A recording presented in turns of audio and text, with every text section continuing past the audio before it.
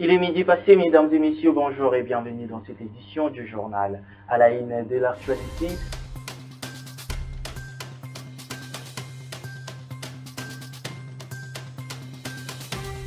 le président de la République, Félix Antoine Tshisekedi au Brésil, dans la ville de Belém, où il prend part à la COP30.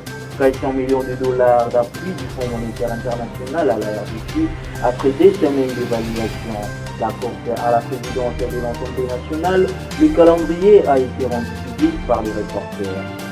La population du quartier Salongo Sud à la ville SNL sur la sonnette d'alarme face aux inondations auxquelles elles sont victimes.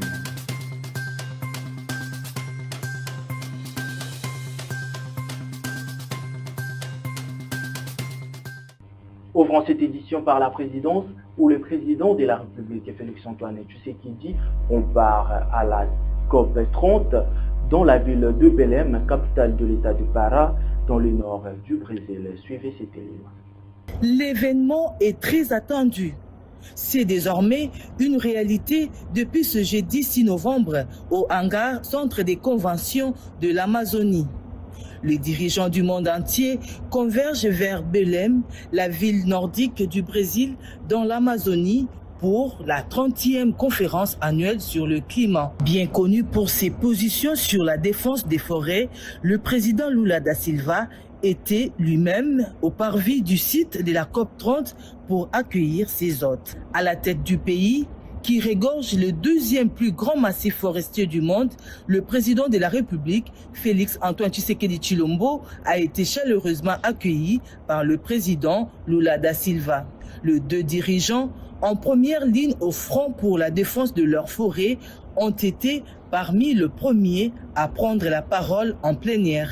Le président Lula a défendu le multilatéralisme et déclaré que son pays, le Brésil, souhaite profiter de la COP30 pour lancer le Tropical Forest Forever Facility, entendez la facilité perpétuelle des forêts tropicales. Dans une allocution claire et concise, le chef de l'État a d'emblée affirmé qu'en organisant la COP30 à Belém, le message est clair, à savoir l'avenir de l'humanité dépend en grande partie des forêts. Après avoir rappelé le rôle que la RDC entend jouer en tant que pays solution, le chef de l'État a dénoncé les génocides et l'écocide dont est victime la RDC de la part des agresseurs rwandais. Je voudrais avant toute chose exprimer au nom du peuple congolais ma gratitude au président Luis Ignacio da Silva et au peuple brésilien pour leur hospitalité. Le choix symbolique du Brésil d'accueillir cette 30e conférence des partis ici à Belém, au cœur de l'Amazonie. En effet, Belém est un message. L'avenir de l'humanité dépend en grande partie des forêts. Durant ces 2 jours du sommet, le chef de l'État va poursuivre son plaidoyer dans des groupes thématiques et dans une série de rencontres bilatérales. En plus du tête-à-tête avec son homologue Lula, il devrait participer au lancement par le Brésil du Fonds pour les forêts tropicales éternelles. Kinshasa, au cœur des enjeux miniers, la capitale congolaise a accueilli la 6e conférence annuelle de Guncord sous les thèmes Assurer les normes mondiales à impact local. Cette conférence a réuni plusieurs personnalités du secteur minier ainsi qu'économique, politique et gouvernemental, dont la première ministre Judith Suminwa-Tuluka. Suivez. Merci. À Kinshasa, la première ministre Judith Suminwa-Tuluka a réaffirmé la volonté du gouvernement d'assainir le climat des affaires. Devant les acteurs du secteur minier réunis à l'occasion de la 7e conférence annuelle des Glencore, Judith Suminwa-Tuluka a défendu les réformes destinées à renforcer la transparence et à attirer davantage d'investissements en République démocratique du Congo. En tant que gouvernement et sur base des engagements du chef de l'État, nous avons décidé que nous voulons aller sur la diversification de notre économie, nous voulons aller sur la transformation locale. Pourquoi? Parce que nous voulons créer de l'emploi. Une population estimée à 120 millions d'habitants, dont 70% sont des jeunes. Il faut leur créer de l'emploi. Et ces emplois-là, ce n'est pas le secteur public qui va les donner à nos jeunes, c'est le secteur privé. Et pour que le secteur privé puisse créer des emplois, c'est comment on s'assure qu'on a un climat des affaires qui va permettre à tout Congolais qui veut investir ou tout étranger qui veut investir en République démocratique du Congo, quels sont les mécanismes qu'on leur offre pour assurer qu'ils puissent investir dans des conditions les plus adéquates. De son côté, Glencore a réaffirmé son engagement à bâtir une industrie minière responsable et durable au service du développement du pays. Nous continuons à investir massivement dans la formation afin de renforcer les compétences et l'expertise locale, avec l'ambition d'exporter un jour non seulement le cuivre et le cobalt extraits de manière la plus responsable sur le marché, mais aussi les meilleurs talents miniers du monde.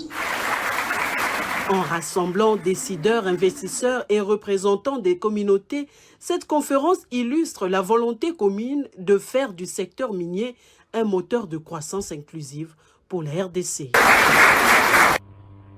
Sécurité nationale à présent, le vice-premier ministre et ministre de la Défense nationale et ancien combattant Maître Guy Kabombo Modiavita a entamé une mission stratégique à Kisangani dans le Chopo pour renforcer et moderniser la troisième zone de défense au cœur des efforts de redynamisation des FARDC. Suivez.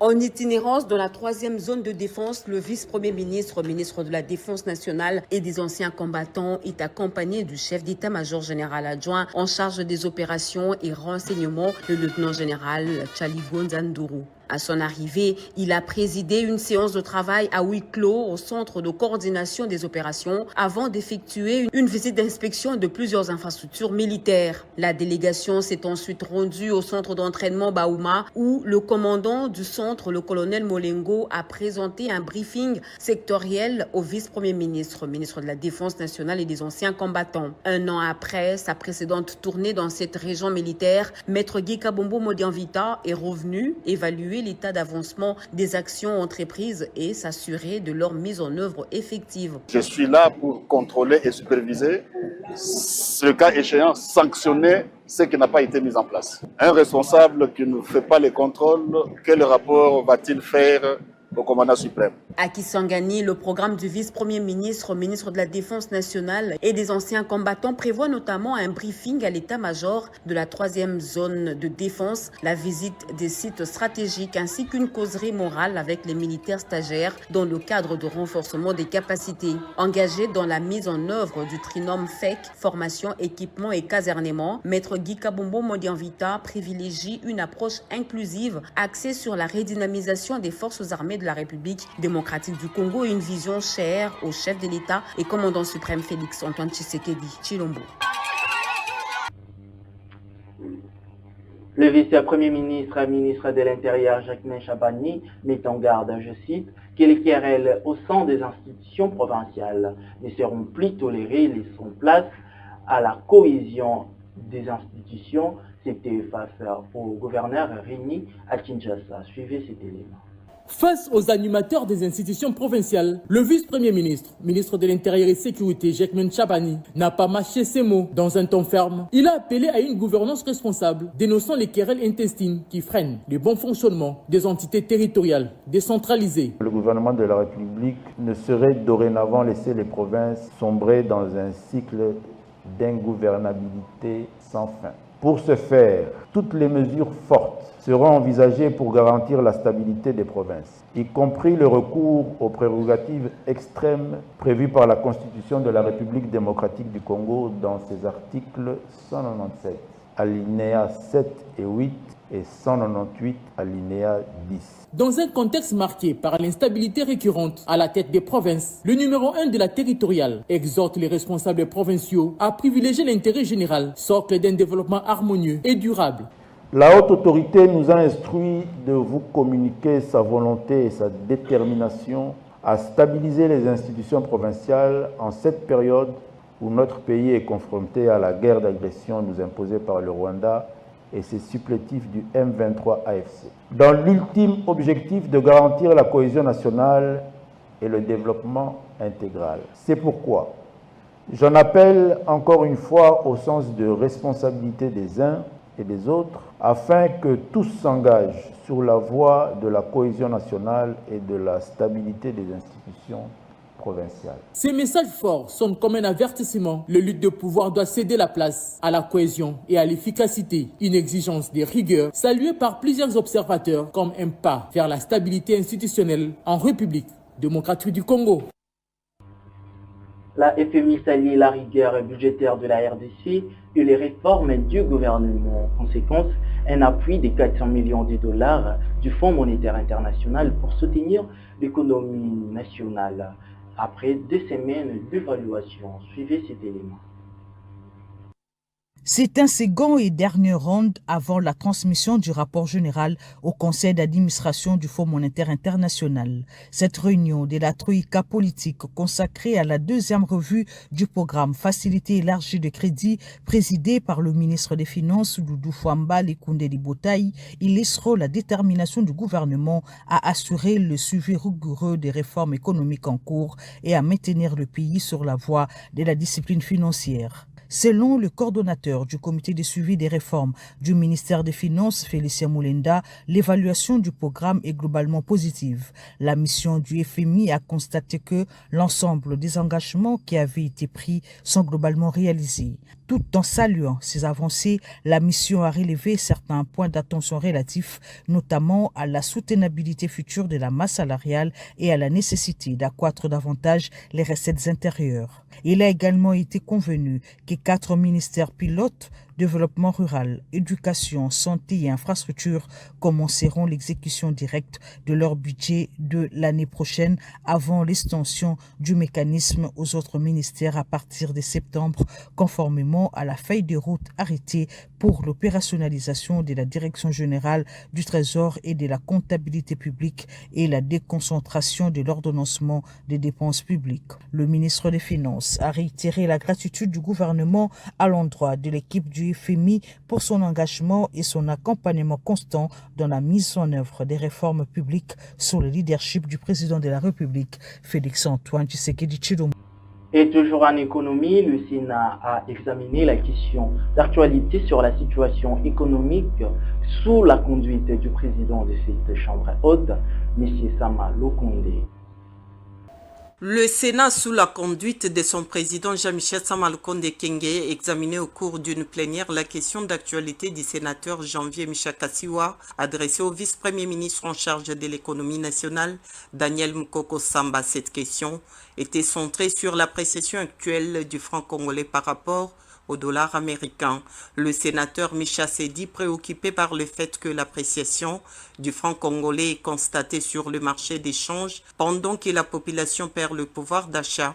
Il était par ailleurs question de savoir le mécanisme mis en place par le gouvernement et la Banque centrale pour aboutir à cette appréciation de la monnaie nationale face à la devise étrangère qui est le dollar américain. Le vice-premier ministre en charge de l'économie s'est largement étalé sur les mesures économiques importantes prises par le gouvernement pour que la monnaie nationale connaisse une appréciation face au dollar. Les sénateurs, dans leur majorité, ont émis le vœu que les mesures mises en place aient l'impact positif sur les vécus quotidiens des ménages congolais, notamment en termes du pouvoir d'achat.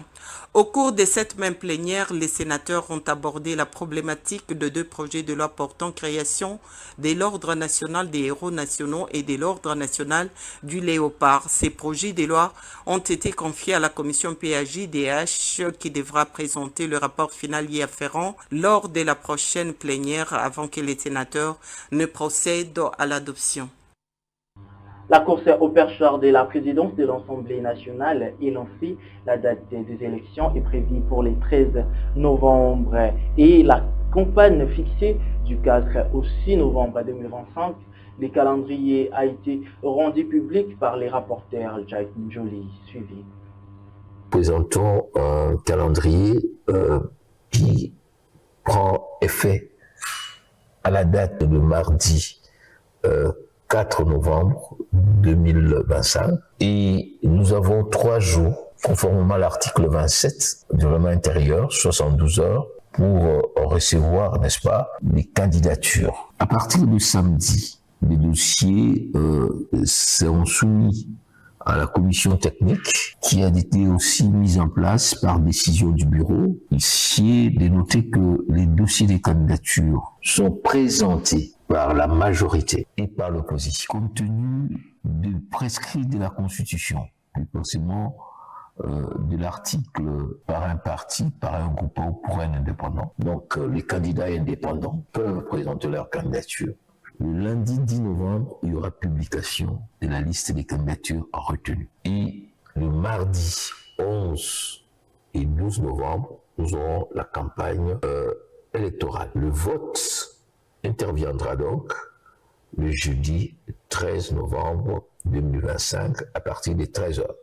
C'est donc au cours de cette journée, cette plénière solennelle, que nous allons auditionner les messages des candidats retenus et ensuite nous allons élire les présidents et les rapporteurs adjoints du bureau. Il s'en suivra l'installation de ces deux membres, le département du président. Kinshasa, sous les eaux, les autorités se sont rendues sur les sites le plus touchés pour mesurer l'ampleur des dégâts et prendre des mesures urgentes après une forte pluie qui a paralysé la capitale.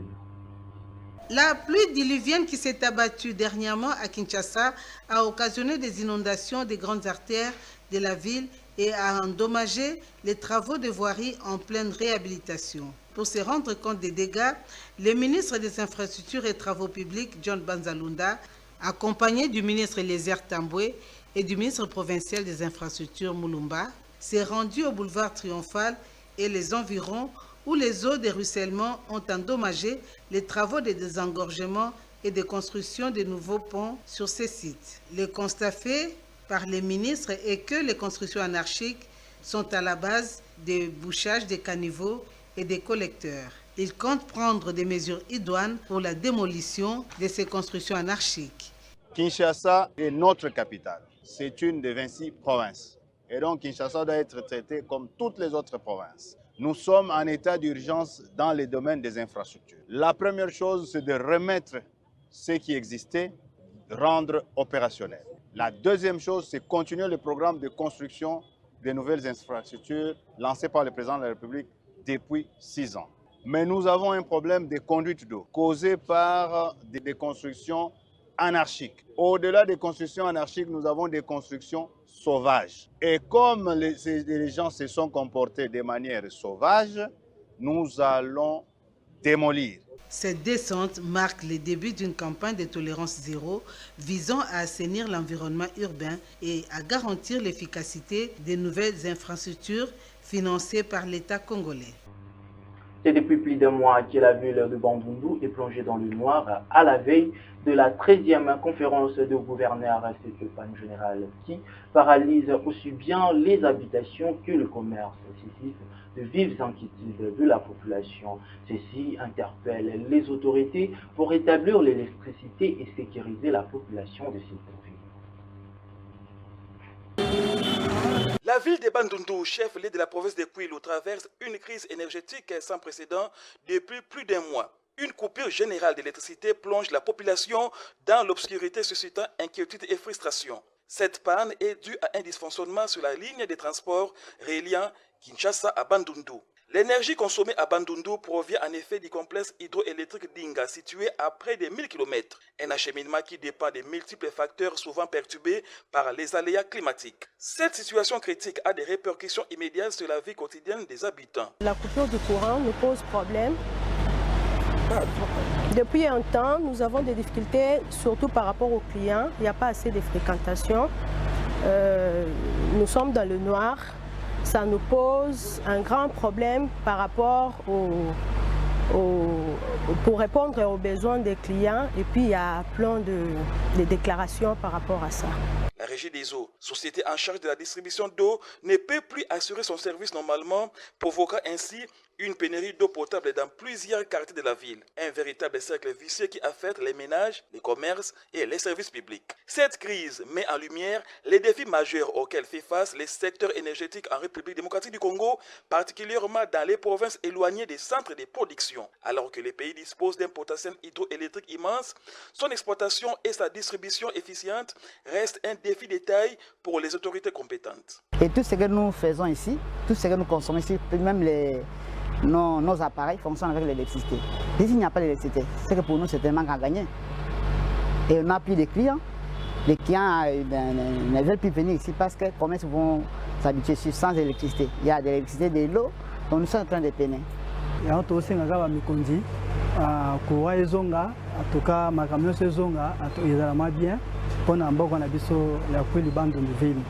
Entre-temps, les habitants de Bandundu doivent composer avec cette situation difficile, espérant chaque jour voir la lumière revenir dans leur foyer. Une attente qui pour beaucoup devient de plus en plus pesante au fil des heures. La question qui se pose désormais est celle de la mise en place des solutions pérennes pour éviter que de telles crises ne se reproduisent à l'avenir. La population de la commune de Lumba au quartier Salongo Sud, précisément à l'avenue Esnel et ses environs, sur la sonnette d'alarme face aux inondations auxquelles elles sont victimes. Suivez. Au quartier Salongo Sud, dans la commune de Limba, les habitants de l'avenue Esnel et ses environs tirent la sonnette d'alarme face aux inondations auxquelles elles sont régulièrement victimes. En effet, les habitants de ces coins de la ville voient l'état de leurs avenues et leurs quartiers se détériorer de jour en jour. Pour cause, un pont mal construit et les caniveaux qui sont en construction dans les quartiers, bloquant ainsi la bonne circulation des eaux usées et de la rivière. Les habitations sont embourbées dans un tas d'immondices et une odeur nauséabonde s'y dégage. La population appelle le gouverneur de Lemba ainsi que le gouverneur de la ville de Kinshasa, Daniel Bumba, à s'y intéresser. C'est tout pour cette édition du journal. Place au rappel des titres.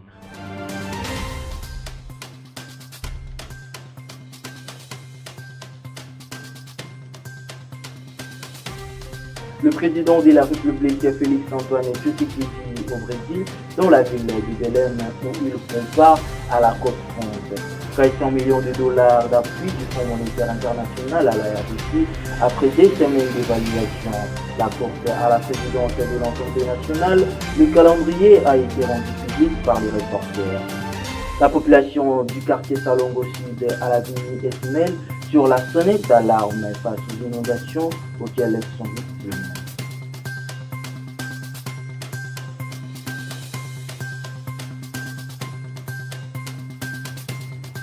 C'est par ici que nous mettons un point à cette édition du journal. Merci de l'avoir suivi et restez connectés aux antennes de EVTV.